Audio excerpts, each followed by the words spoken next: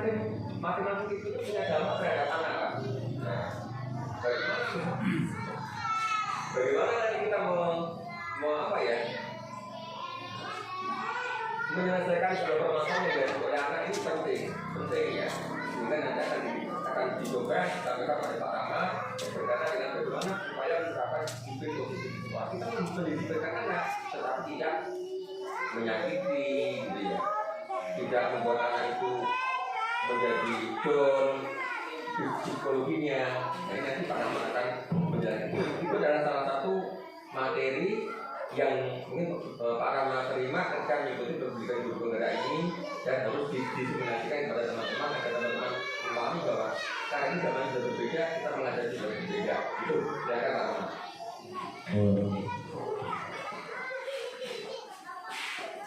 Baik, terima kasih kepada atas pembukaannya. Bapak Ibu, kita lanjut kepada sesi yang kedua, yaitu sesi diskusi atau menyebarkan pemahaman dan penerapan pengalaman budaya positif. Jadi di sini saya ingin menyampaikan tentang budaya positif. Jadi benar sekali apa yang disampaikan oleh beliau Bapak Agus, bahwasanya terjadi perubahan paradigma pendidikan yang harus kita ketahui. Meskipun kita dalam kondisi sekolah yang jauh dari perkotaan yang lain, saya harapkan kita juga harus mengikuti perubahan zaman tersebut. Kita bisa mengambil informasi sebanyak-banyaknya. Baik, saya mulai. Di sini saya akan menyampaikan tentang budaya positif yang ada, yang nantinya kita akan pelajari.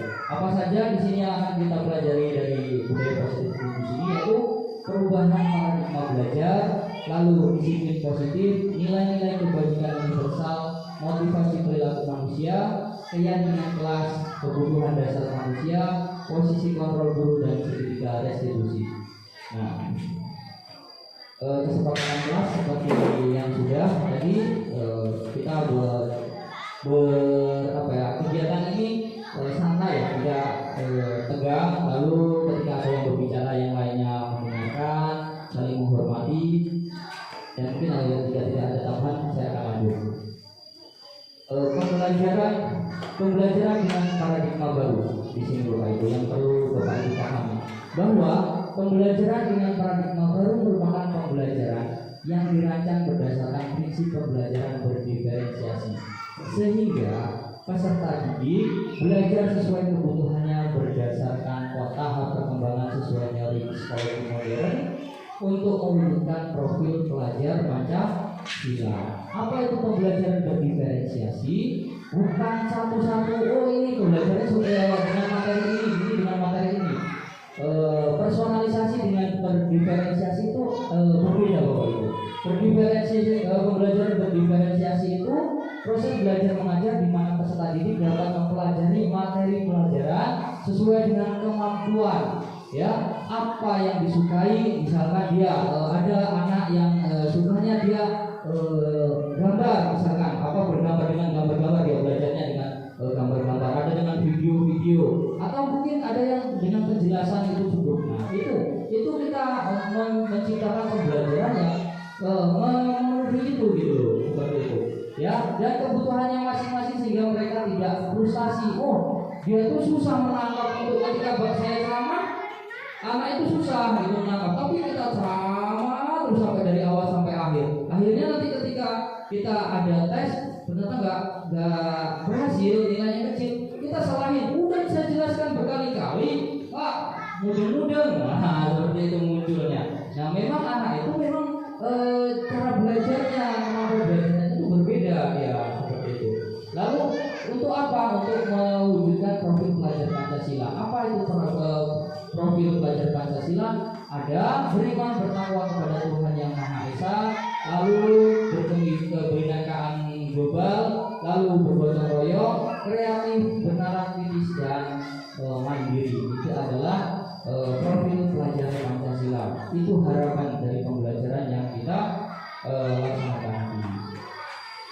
kita sekarang merefleksikan diri, ya. Anda, misalkan kita dan teman di sebelahnya, ya, akan melaksanakan kegiatan cobalah buka. Satu sebagai A, tugas A adalah mengepalkan salah satu tangan. Lalu coba Anda bayangkan bahwa di tangan itu ada hal yang sangat penting. Nah, sangat penting dan sangat berharga dan harus kalian jaga, ya. Anda perlu menjaga benda tersebut sekuat tenaga Anda karena begitu pentingnya untuk kehidupan Anda. Tugas B yang di sampingnya temannya, ya, Anda mencoba dengan segala cara untuk membuka. Coba dipraktekkan. Teman pegang, nah, coba buka. Dengan apa aja dengan cara? Dengan kalian bapak dengan memaki, membujuk. Kira-kira mau dibuka nggak? Mau dibuka nggak kira-kira? Nah, enggak. Di situ kita akan belajar bahwa ada tentang teori kontrol. Bahwasanya ketika orang itu tidak mau membuka, ya ketika dipaksa sebenarnya dia nggak membuka. Kalau meskipun dibuka juga, kadang dia memang ingin dibuka. Oh, terpaksa dia buka. Nah, seperti itu. Ini jangan, tapi kalau siang jangan kemana-mana pikirannya, ya. Inilah terjadi miskonsepsi dari cerita tadi, terjadi miskonsepsi tentang teori kontrol. Bagaimana ilusi guru mengontrol murid.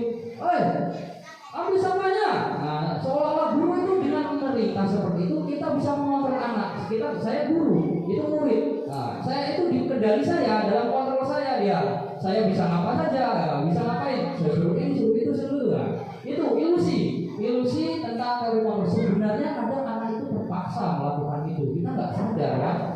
Lalu ilusi bahwa semua penguatan positif, pemberian hadiah misalkan, ya, itu bermanfaat, efektif dan bermanfaat. Terkadang tidak.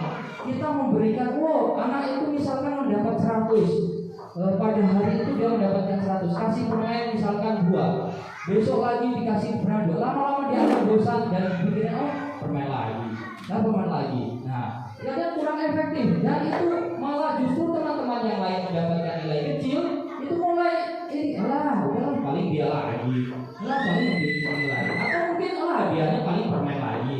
Itu kadang-kadang memunculkan hal seperti itu.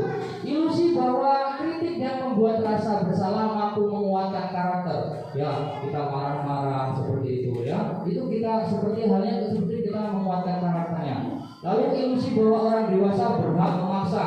Kita guru, orang tua maksa-maksa ke anak. Itu ada yang keliru dalam teori kontrol itu. Kita terjadi miskonsepsi bahwa anggapan kita kalau kita tua boleh kita berani mengontrol yang muda. Baik, Bapak Ibu, kita masuk ke materi yaitu disiplin positif dan nilai-nilai kebajikan universal. Ya, disiplin positif disiplin itu dalam artian kalau menurut Ibu apa?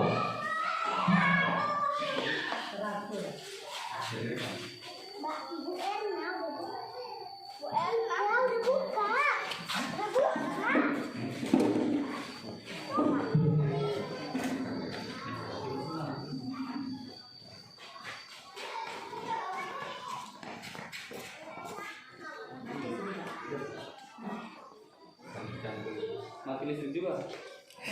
Iya. Oh, ini nggak mati.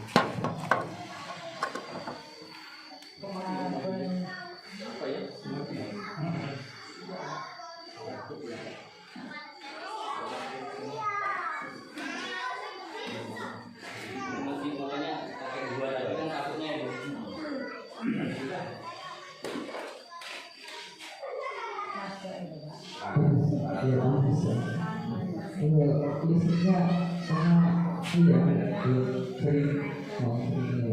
sering jadi yang Bapak tahu tentang disiplin itu apa sih? Apa yang datang tepat waktu, mengerjakan tepat waktu seperti itu. Itu mungkin anggapan kita. Saya sendiri dulu kamu harus disiplin, datangnya tepat waktu, kerjanya tepat waktu.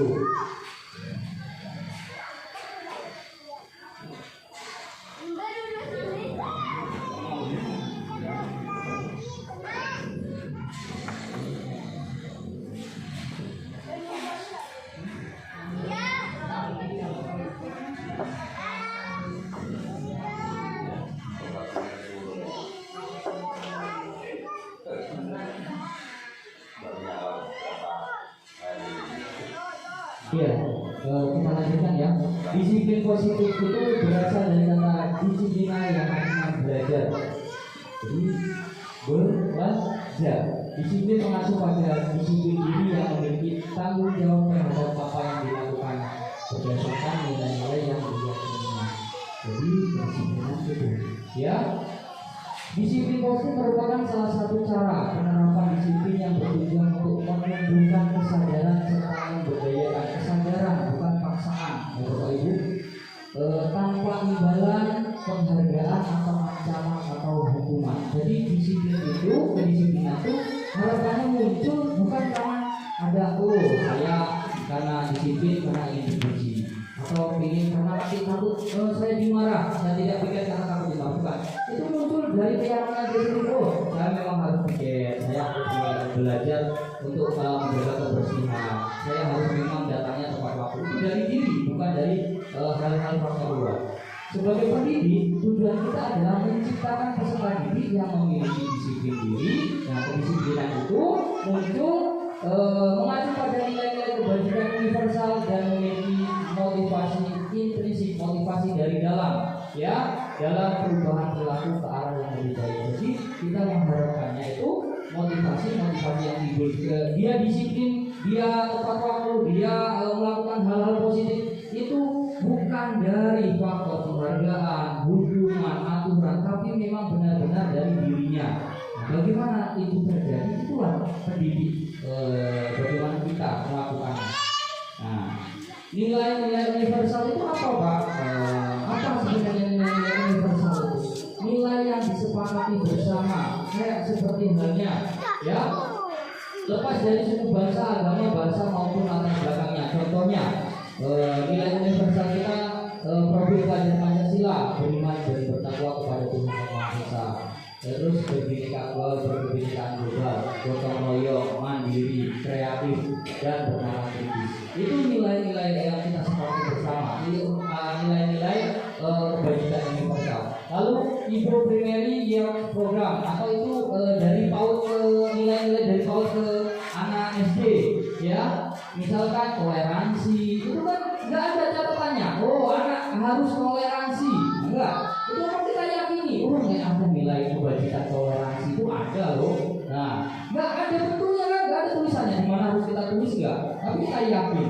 Ya, terus rasa hormat kepada orang tua udah yang ada dalam dirinya. Oh, kepada orang yang lebih tua, lebih kepada guru kita hormat.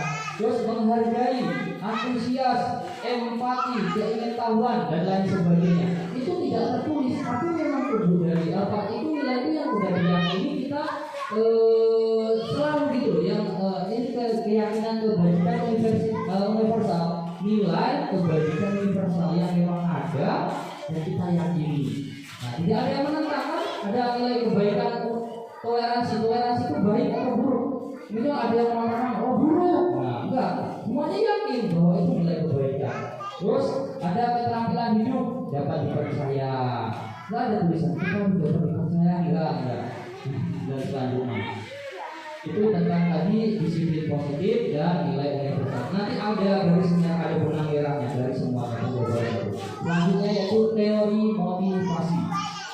Nah, ini penting juga untuk Bapak Ibu kita pelajari bersama, saya juga, bahwa motivasi yang timbul ketika anak didik kita melakukan hal-hal positif, perilaku positif itu sebenarnya itu motivasi intrinsik atau motivasi ekstrinsik.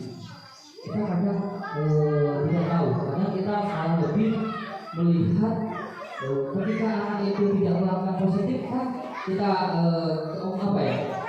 Dia yang satu intrinsik ini untuk menghindari ini motivasi ekstrinsik ini ya, misalkan dia untuk menjadi orang yang mereka inginkan dan menghargai diri sendiri dengan nilai-nilai yang mereka punya untuk mendapat ini kembali di Pak ya, ini ke sini kemarin untuk yang ini sini sebenarnya. Jadi untuk ekstrinsik itu untuk menghindari ketidaknyamanan, misalkan dia itu melakukan piket, membersihkan halaman. Dia melakukan itu karena dia mungkin takut nanti dimarah, karena takut dihukum. Nah itu melakukan hal baik, menjaga kebersihan karena takut hukuman, itu dari ekstrinsi dari luar, atau untuk mendapat imbalan atau penghargaan. Anak kita ini rajin ya, datangnya telah atau apa, datangnya nggak terlambat, terus piket terus, dan lain-lain. Itu ternyata apa? Itu kadang nantinya efeknya itu tidak berjangka panjang. Nah, justru yang berjangka panjang itu yang intrinsik, agak pelan dalam penanamannya, tapi itu akan terus berlanjut. Kita sendiri pasti merasakan hal-hal positif itu tumbuh memang dulu dari kecil kita sudah menyadarinya, bukan dari paksaan hasil paksaan gitu. Mungkin bisa, tapi itu sebagian kecil. Dipaksa itu mungkin akan berhasil, tapi sebagian kecil saja. Itu loh yang berhasil. Nah, tapi kalau motivasi yang dari dalam itu memang kita tanggung jawab, kita nggak masuk kelas itu tanggung jawab kita. Udah ada nilai tanggung jawab kita. Ternyata bersih ini kita yang menjaga kebersihan, kita harus bersihkan. Kita punya tanggung jawab di situ. Itu dari dalam diri nggak ada. Kita takut ditegur kepala sekolah, enggak kan? Nah, dari dalam diri kita. Itu teori motivasi perilaku manusia. Nah, lalu ada hukuman atau penghargaan, konsekuensi dan restitusi. Nah, ini ada 3 hal yang Bapak Ibu ketahui. Ada kita namanya hukuman dan penghargaan. Seringkali kita sulit membedakan antara hukuman, konsekuensi atau restitusi. Hukuman itu yang datangnya tiba-tiba dan kadang tidak rasional. Misalkan kita murid itu tidak lengkap pakaiannya, tidak memakai, tapi dia disuruh keliling lapangan. Atau misalkan kan nggak ada ininya, dia tidak lengkap pakaiannya, tapi kok dia suruh lari lapangan. Nah, itu hukuman tiba-tiba. Nah, itu hukuman. Atau misalkan dia terlambat terus menulis saya tidak terlambat. Nah, itu hukuman. Kalau konsekuensi itu lebih rasional. Misalkan dia olahraga dia telat, berarti dia suruh lari. Karena pelajarannya olahraga. Itu ada kesepakatan juga sebelumnya. Kalau kamu tidak terlambat, ketika kamu tidak memakai pakaian lengkap, nanti kamu harus melengkapinya. Nah, seperti itu. Ada kesepakatan dulu. Itu konsekuensi. Kalau hukuman itu kadang datangnya tiba-tiba. Menemukan anak nggak pakai sepatu yang warnanya hitam, langsung kita hukum. Misalkan push up. Seperti itu. Terus ada yang ketiga itu restitusi. Apa itu restitusi? Yaitu proses menciptakan kondisi bagi murid untuk memperbaiki kesalahan mereka. Ini yang saya sendiri masih belajar hal ini terus karena kebanyakan kita lebih pada hukuman dan konsekuensi. Ternyata ada namanya restitusi, ya, di mana kita menciptakan kondisi bagi murid untuk memperbaiki ketika mereka melakukan kesalahan, bagaimana dia bisa memperbaiki permasalahan tersebut hingga mereka bisa kembali pada kelompok mereka dengan karakter yang lebih kuat. Mereka bisa menemukan apa kesalahannya, terus bagaimana tindakannya nantinya. Lalu nanti ketika dia sudah melakukan hal itu, dia sudah baik dengan hasil yang baik itu. Dia dicarikan solusi, dicarikan masalahnya apa, lalu solusinya seperti apa. Nah, nanti ketika dia tahu ternyata ini loh yang harus saya lakukan. Nah, ini ada yang mencengangkan. Ternyata penghargaan, ada kata dihukum oleh penghargaan, tapi seolah-olah itu akan menjadi hukuman. Kita memberi penghargaan, jangan-jangan peringkat 1, 2, 3 itu menjadi suatu hal hukuman. Nah, pertama, menurut Al-Fikon, saat kita berulang kali menjanjikan hadiah kepada anak-anak agar berperilaku bertanggung jawab, misalkan kalau nanti siapa yang piketnya rapi, Bapak berikan buku terus gitu, atau kepada seorang agar mempelajari sesuatu yang baru, atau kepada seorang karyawan agar melakukan pekerjaan yang berkualitas, kita sedang berasumsi mereka tidak dapat melakukannya. Seolah-olah kalau kita nggak kasih hadiah, dia nggak mampu melakukan itu gitu. Seolah-olah kan, kalau kita nggak kasih penghargaan, seolah-olah anak itu nggak akan mengerjakan itu gitu. Ya.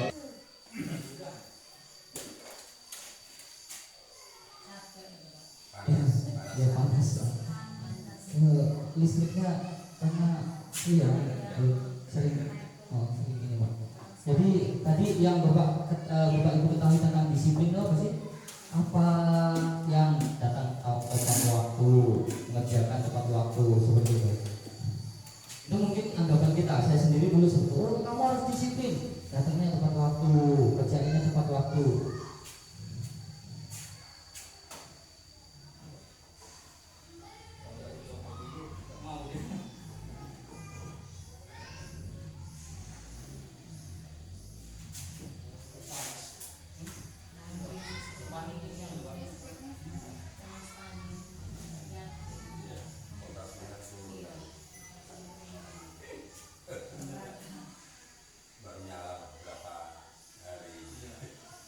Ya, kita lanjutkan ya. Disiplin positif itu berasal dari kata disiplina yang artinya belajar. Jadi belajar. Disiplin mengacu pada disiplin diri yang memiliki tanggung jawab terhadap apa yang dilakukannya berdasarkan nilai-nilai yang diyakininya. Jadi kedisiplinan itu, ya.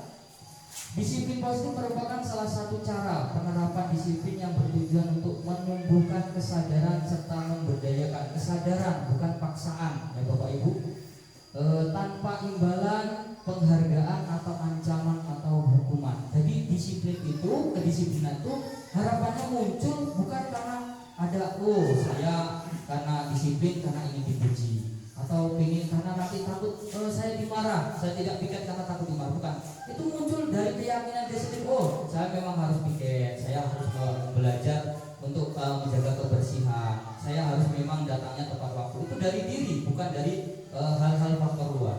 Sebagai pendidik, tujuan kita adalah menciptakan peserta didik yang memiliki disiplin diri. Nah, kedisiplinan itu muncul mengacu pada nilai-nilai kebajikan universal dan memiliki motivasi intrinsik, motivasi dari dalam, ya, dalam perubahan perilaku ke arah yang lebih baik. Jadi kita mengharapkannya itu motivasi yang timbul dia disiplin, dia tepat waktu, dia melakukan hal-hal positif itu bukan dari faktor penghargaan, hukuman, aturan, tapi memang benar-benar dari dirinya. Nah, bagaimana itu terjadi? Itulah pendidik, bagaimana kita melakukannya. Nah, nilai-nilai universal itu apa, Pak? Apa sebenarnya nilai-nilai universal itu? Nilai yang disepakati bersama, kayak seperti halnya, ya, lepas dari suku, bangsa, agama, bahasa maupun latar belakangnya. Contohnya, nilai universal kita, profil pelajar Pancasila, beriman dan bertakwa kepada Tuhan Yang Maha Esa. Terus berkebinekaan global, gotong royong, mandiri, kreatif, dan bernalar kritis. Itu nilai-nilai yang kita sepakati bersama. Nilai-nilai kebajikan universal. Lalu Ibu Primary yang program atau itu dari PAUD ke nilai-nilai dari PAUD ke anak SD, ya. Misalkan toleransi, itu kan nggak ada catatannya. Oh, anak harus toleransi, enggak. Itu kita yakini, oh ada nilai kebajikan toleransi itu ada loh. Nah, nggak ada bentuknya kan, nggak ada tulisannya di mana harus kita tulis nggak. Tapi kita yakin. Ya, terus rasa hormat, oh kepada orang tua, udah yang ada dalam dirinya. Oh kepada orang yang lebih tua, lebih kepada guru kita hormat. Terus menghargai, antusias, empati, keingintahuan dan lain sebagainya. Itu tidak tertulis, tapi memang tumbuh dari apa? Itu nilai itu yang udah diyakini kita selalu gitu loh. Yang ini keyakinan kebajikan universal, nilai kebajikan universal yang memang ada dan kita yakini. Nah, tidak ada yang menentang kan? Ada nilai kebaikan toleransi. Toleransi itu baik atau buruk? Misal ada yang mengatakan oh buruk. Nah, enggak. Semuanya yakin bahwa itu nilai kebaikan. Terus ada keterampilan hidup dapat dipercaya. Enggak ada tulisan kita harus dapat dipercaya, enggak. Dan selanjutnya itu tentang tadi disiplin positif dan nilai universal. Nanti ada garis merah, ada benang merahnya dari semuanya penjabaran itu. Selanjutnya yaitu teori motivasi.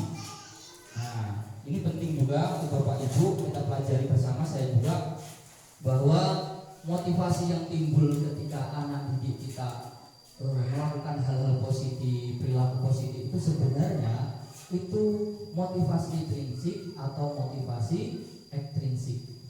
Kita kadang tidak tahu, kadang kita malah lebih melihat ketika anak itu tidak melakukan positif kan kita dia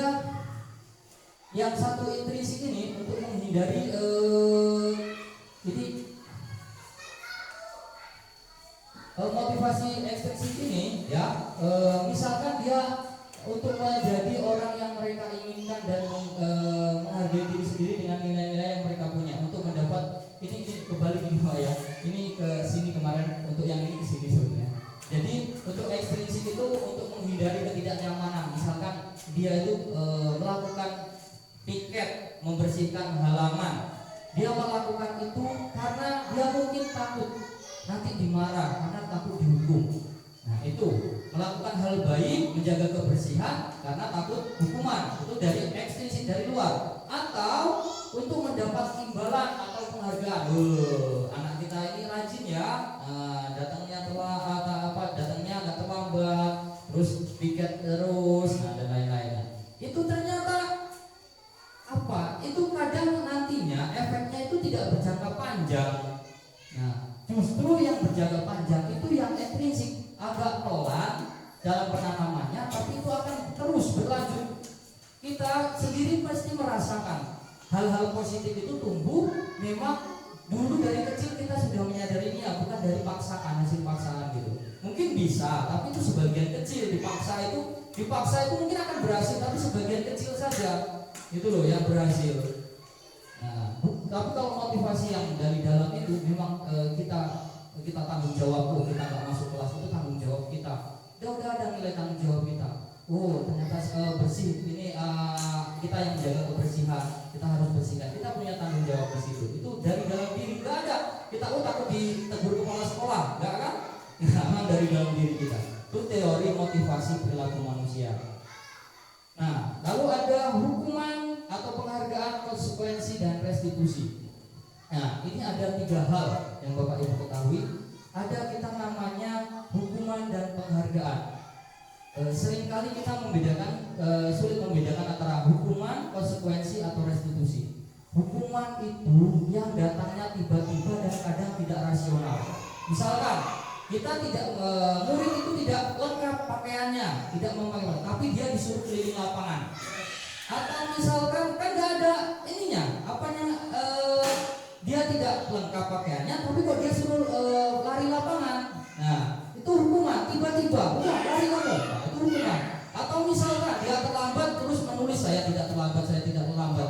Nah, itu hukuman.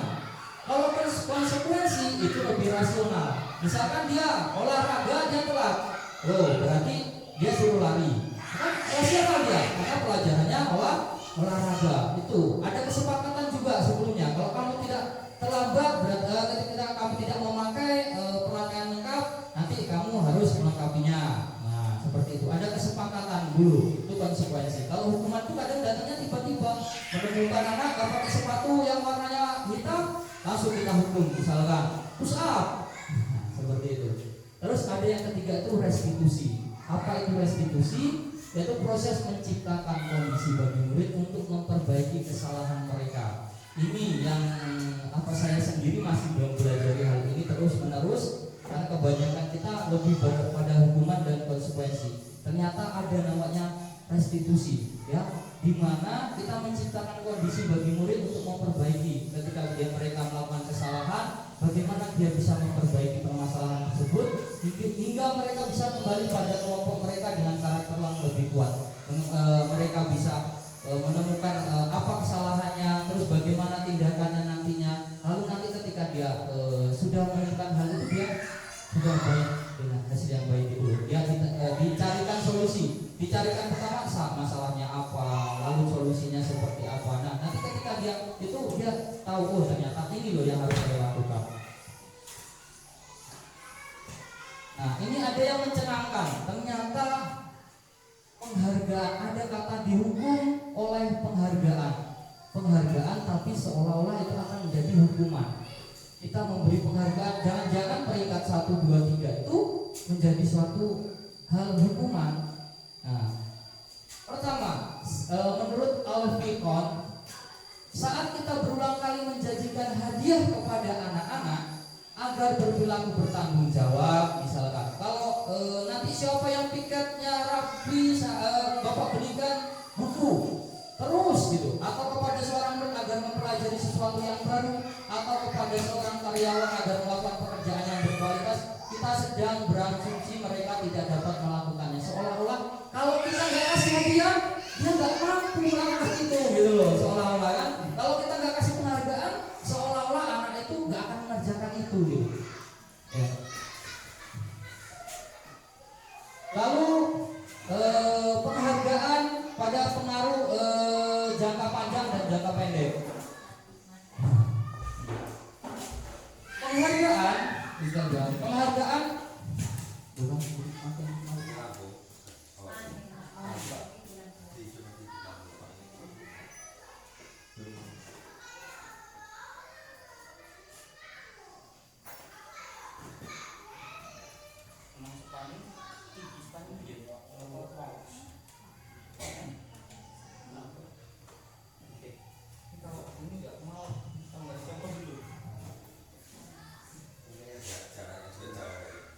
iya, sambelnya kecil sih Pak yang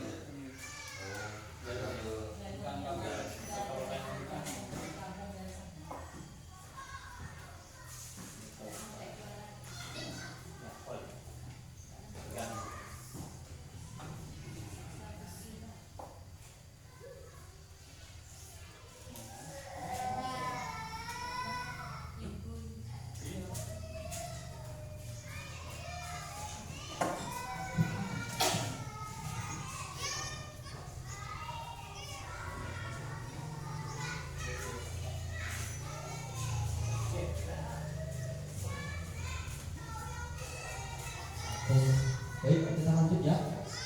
Tadi sudah bahwa penghargaan itu berupa hukuman. Selanjutnya yaitu pengaruh jangka pendek dan jangka panjang. Penghargaan efektif jika kita menginginkan seorang melakukan sesuatu yang kita inginkan dalam jangka pendek. Ya kita kasih hadiah, dia langsung.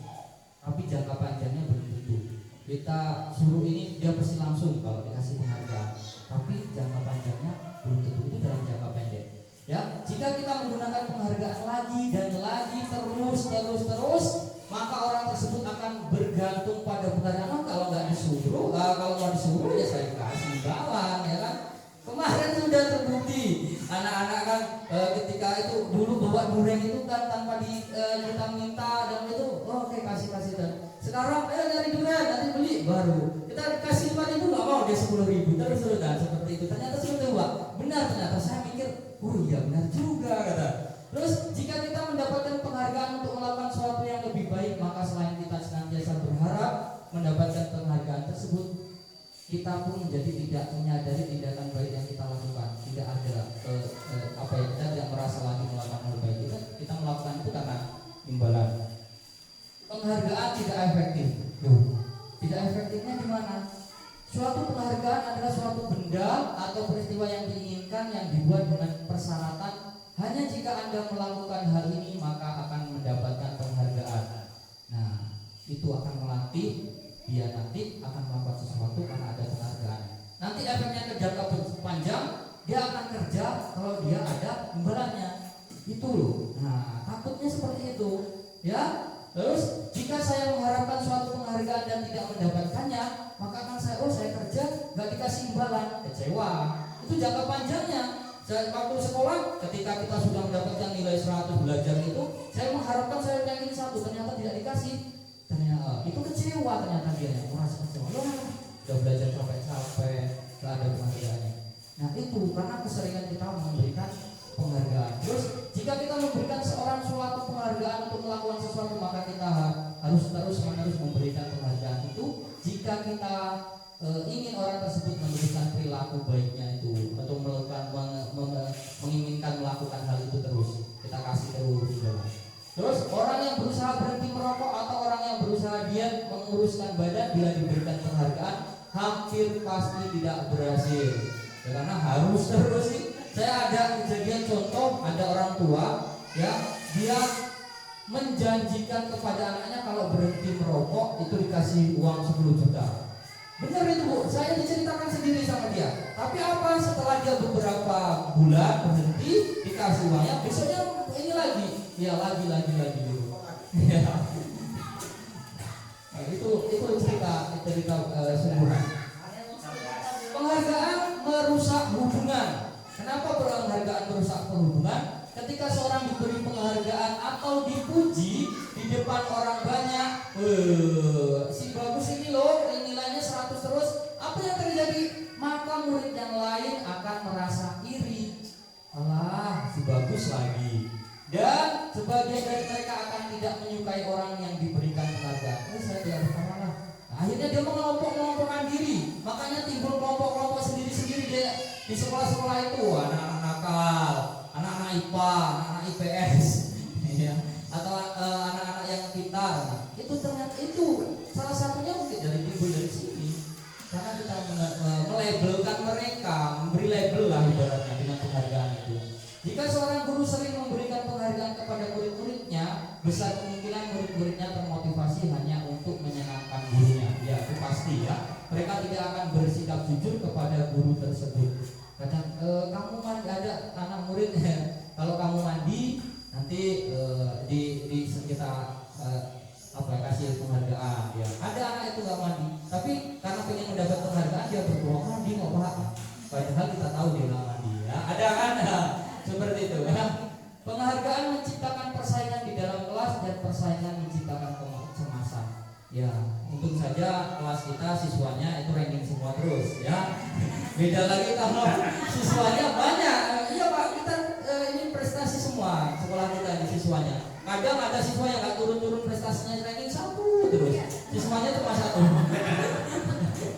Ya, mereka yang percaya bahwa mereka tidak memiliki kesempatan untuk mendapatkan penghargaan dan berhenti mencoba. Ya, mati lagi ya Allah. Masih ada 30 menit Bu.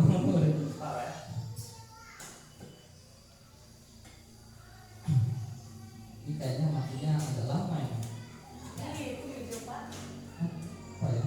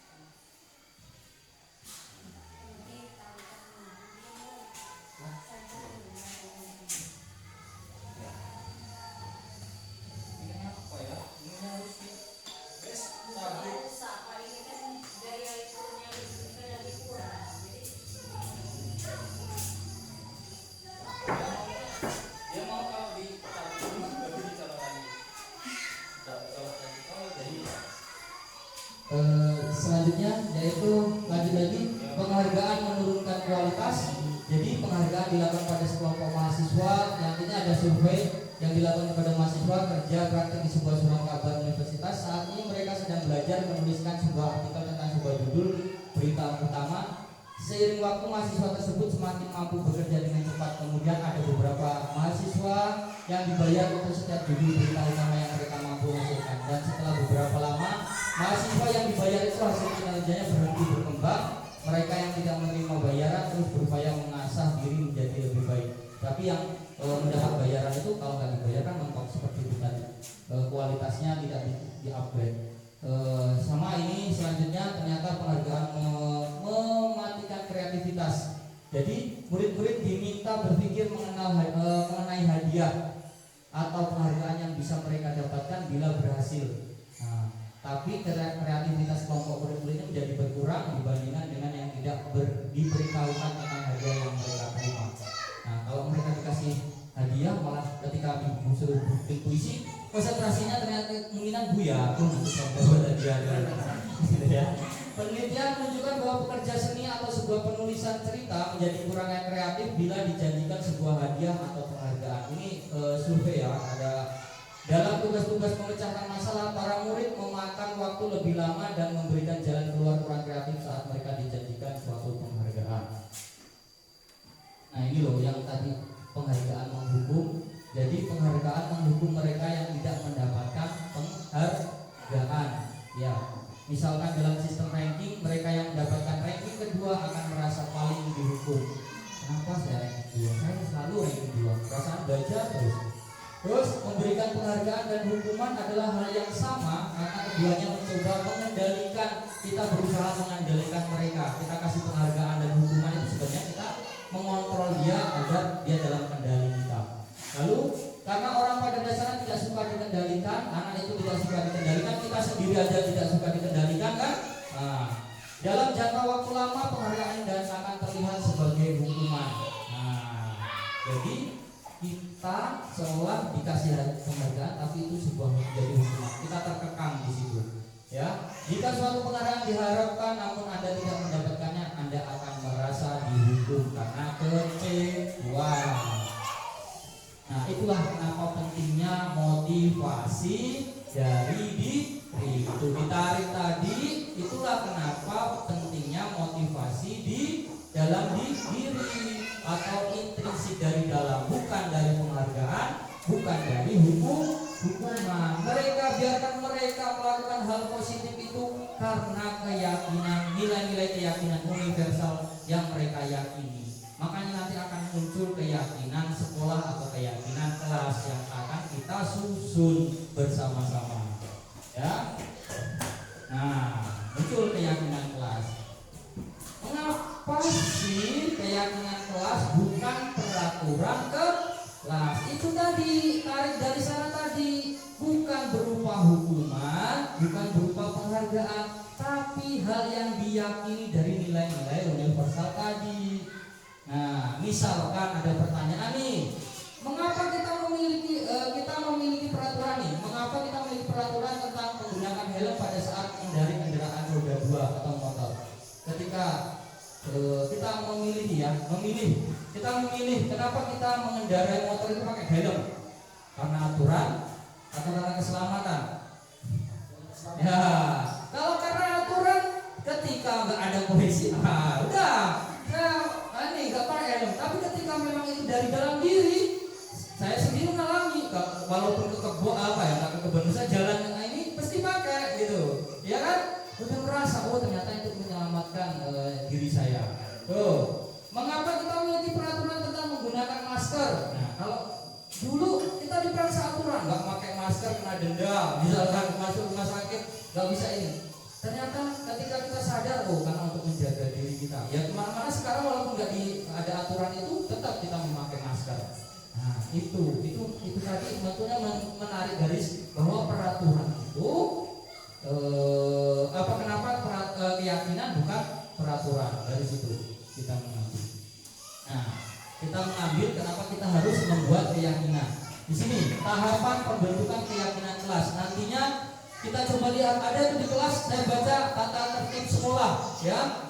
Nah, sekarang berarti kita membuat keyakinan kelas dan ada kata-kata. Pertama, bersifat abstrak. Ada kayak tadi, misalkan kayak gotong royong, kerjasama, toleransi, menghargai, itu tidak tertulis, abstrak, ya. Terus berupa pernyataan universal, bukan tidak boleh membawa HP, tidak boleh membawa senjata tajam, tapi mungkin di dalam kalimat universitasnya murid membawa ke sekolah, membawa peralatan sekolah. Nah, berarti di situ udah mencakup semuanya, nggak dirinci. Tidak boleh membawa HP, tidak boleh membawa senjata tajam. Terus dibuat dalam pernyataan positif, bukan tidak boleh membuang sampah sembarangan. Nah, buanglah sampah pada tempatnya, misalkan, ya. Terus menjaga kebersihan kelas, itu tidak boleh membuat keributan. Kata-kata yang negatif atau yang tidak boleh itu diganti dengan hal itu sesuai dengan kondisi kelas dan sekolah sehingga mudah diterapkan. Nah, ini tugas kita nanti, membuat keyakinan kelas, ya. Semua warga sekolah atau warga kelas dilibatkan untuk membuat. Siswa juga ditanya, apa kira-kira keyakinan kelas yang kamu pengen, yang kamu perlukan di sini. Nah, seperti itu. Itu nanti kita bersama-sama, ya. 5 kebutuhan dasar manusia. bahwa semua orang itu memiliki 5 kebutuhan dasar. Ya, ketika 5 dari 5 itu tidak dipenuhi, terkadang itulah yang menjadi masalah. Anak didik kita juga seperti itu, gitu loh.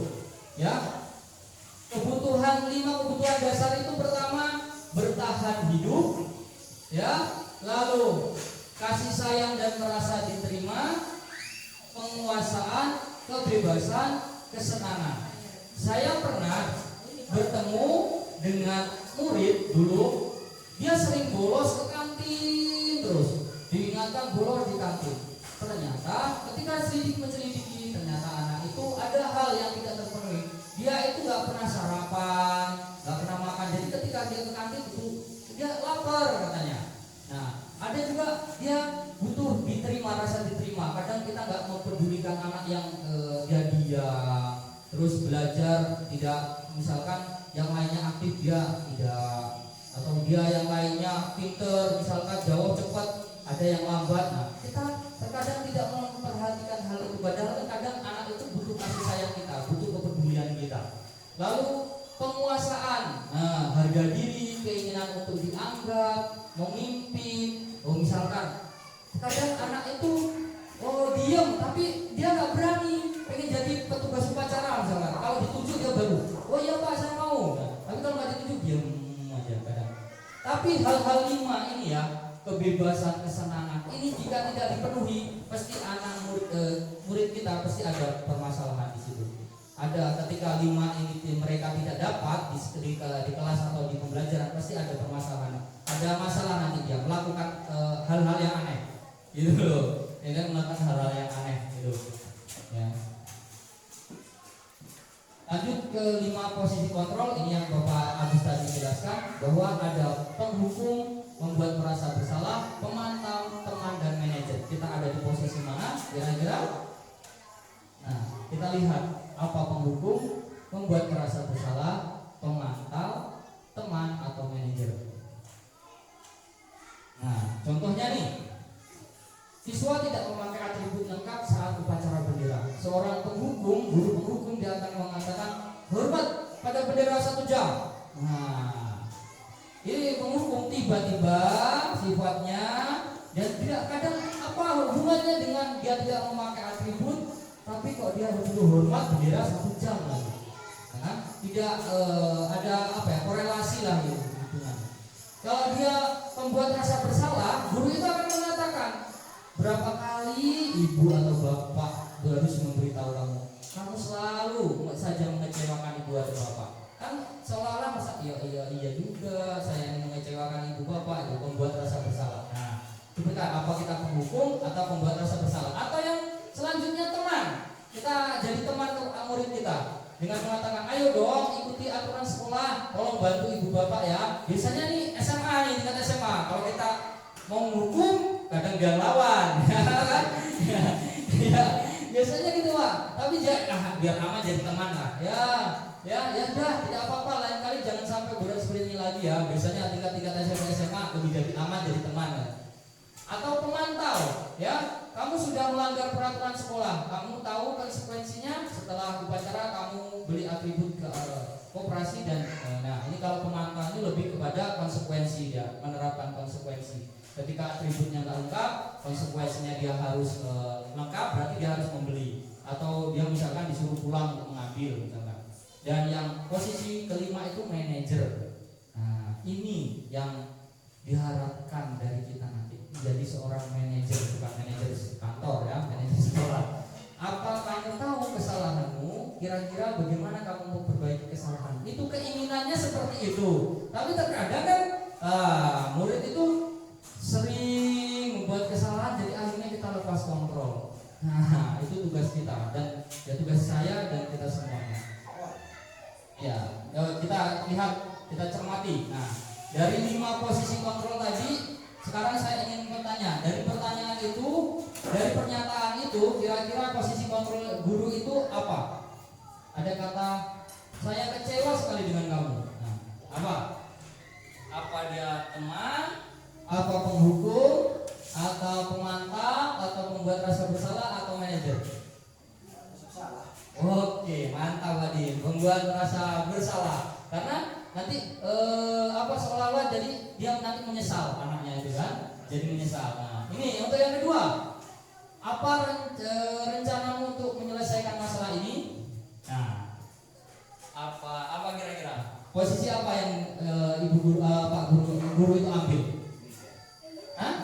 Oke, manajer, mantap. Kalau ini, ayolah lakukan demi bapak ibu. Oke, teman. Ini yang sering dia lakukan. Ya. Terus yang ini yang terakhir. Kamu tidak pernah benar melakukannya. Hukum ya. Oke.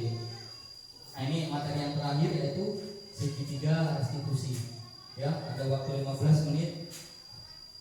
Apa itu segitiga restitusi?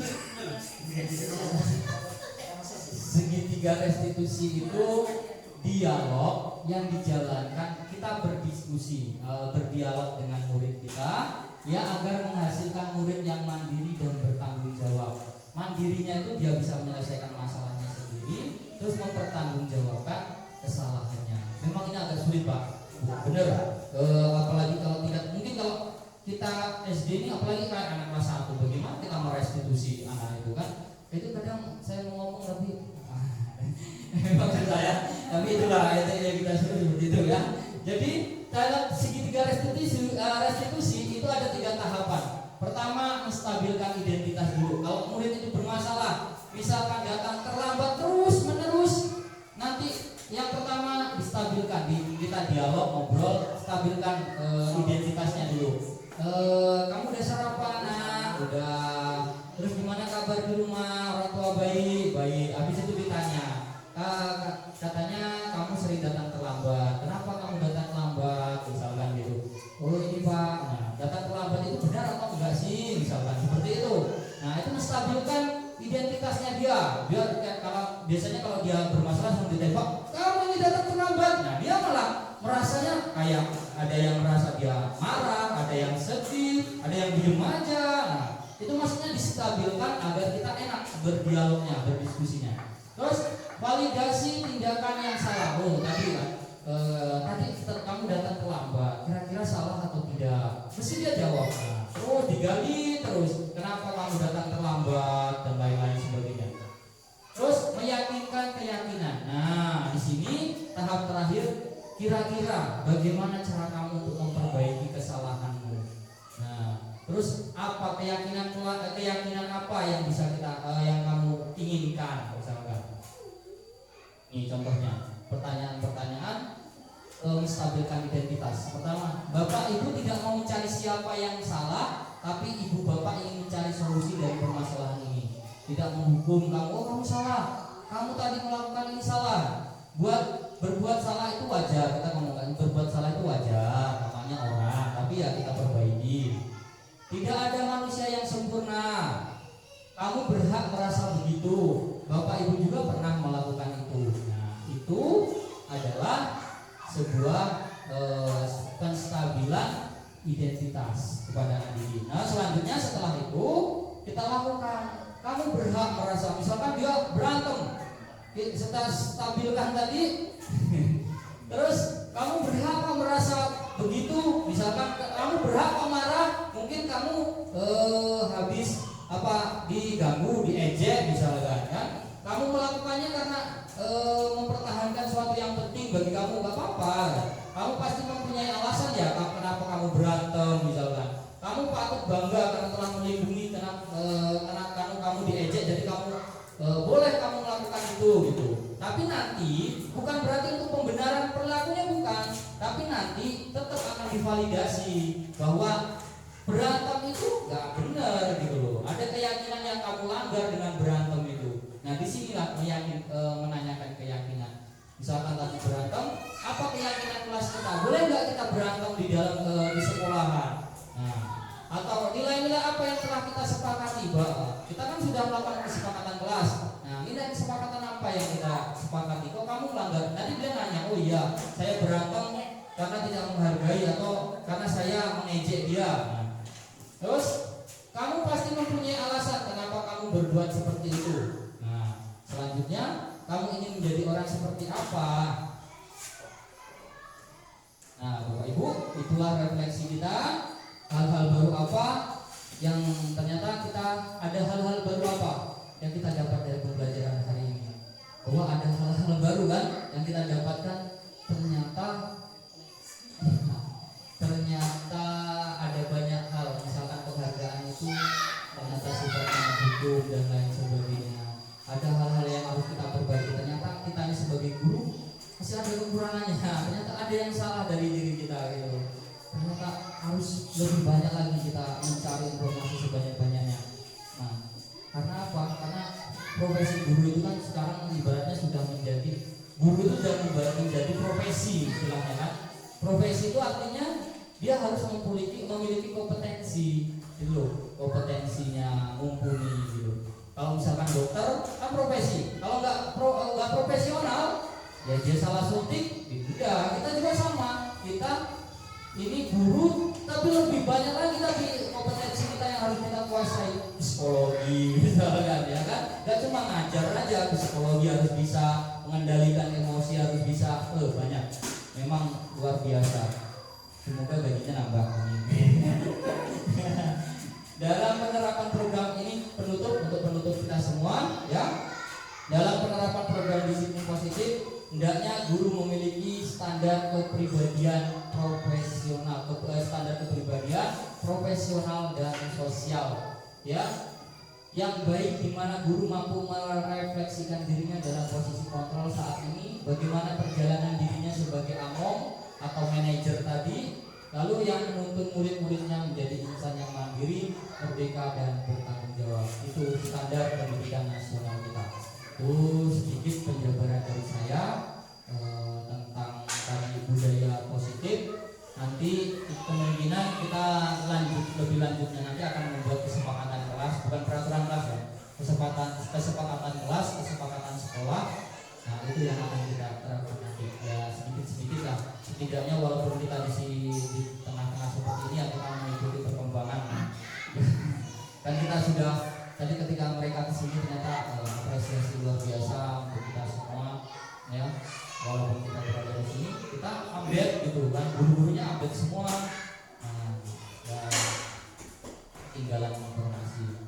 Kata among itu sama dengan manajer apa? Iya, among itu maksudnya ngajak apa ya, mengayomi lah.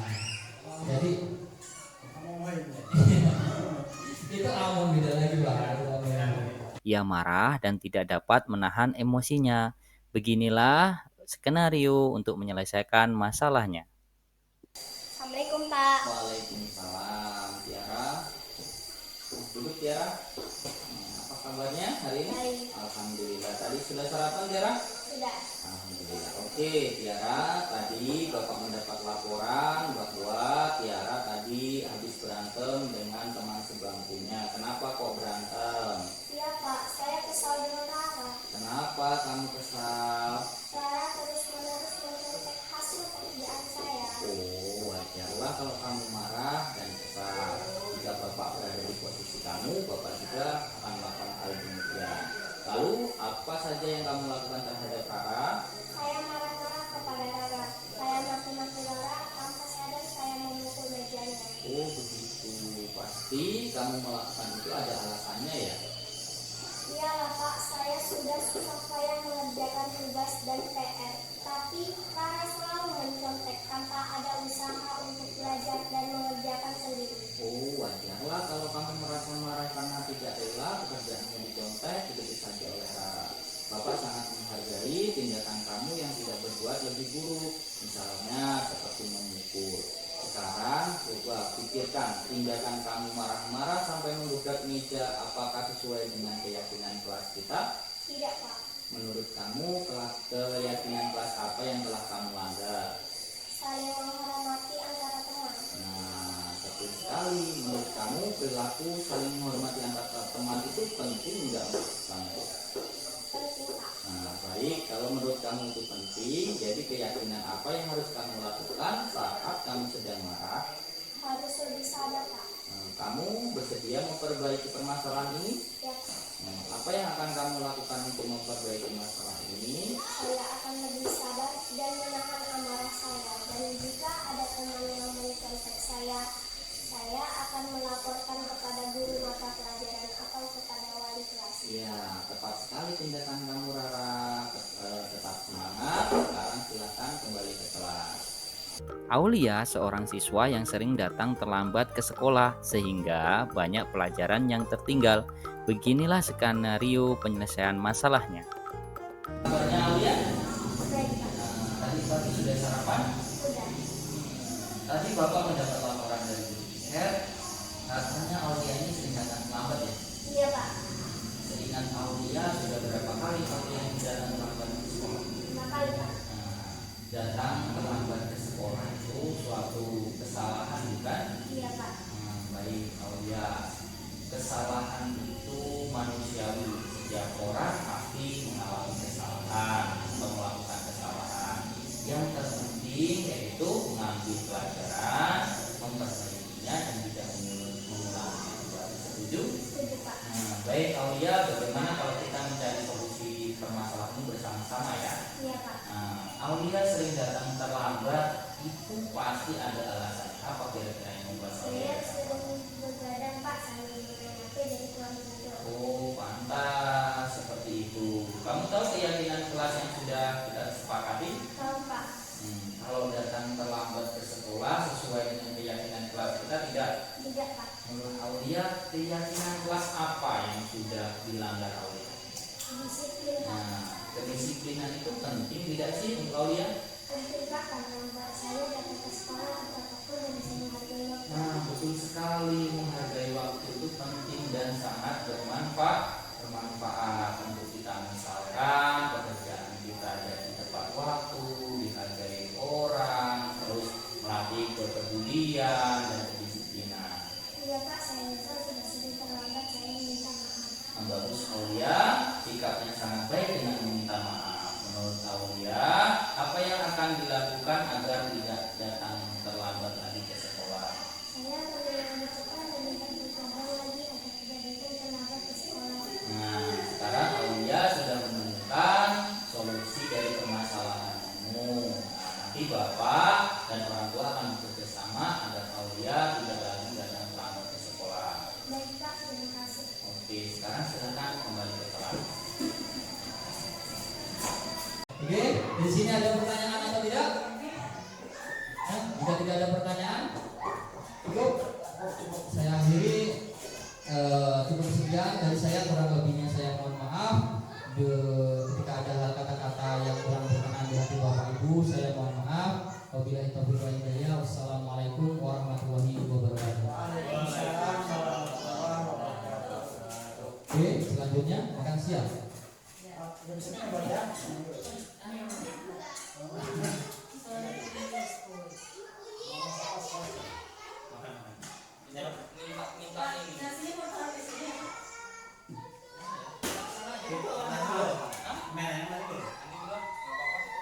Biar panjang Pak. Gak sampai 1 jam.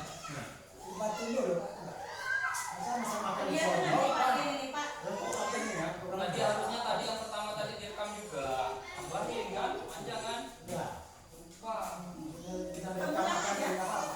Gak apa-apa. Nanti saya edit. Itu mie. Ada videonya Pak. Ada potong-potong.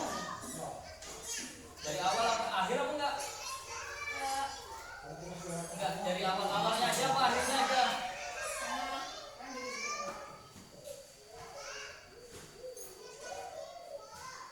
10 menit aja Pak.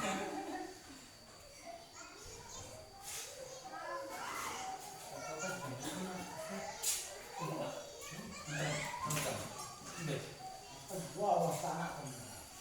10, Pak. 10. Iyalah. Apa?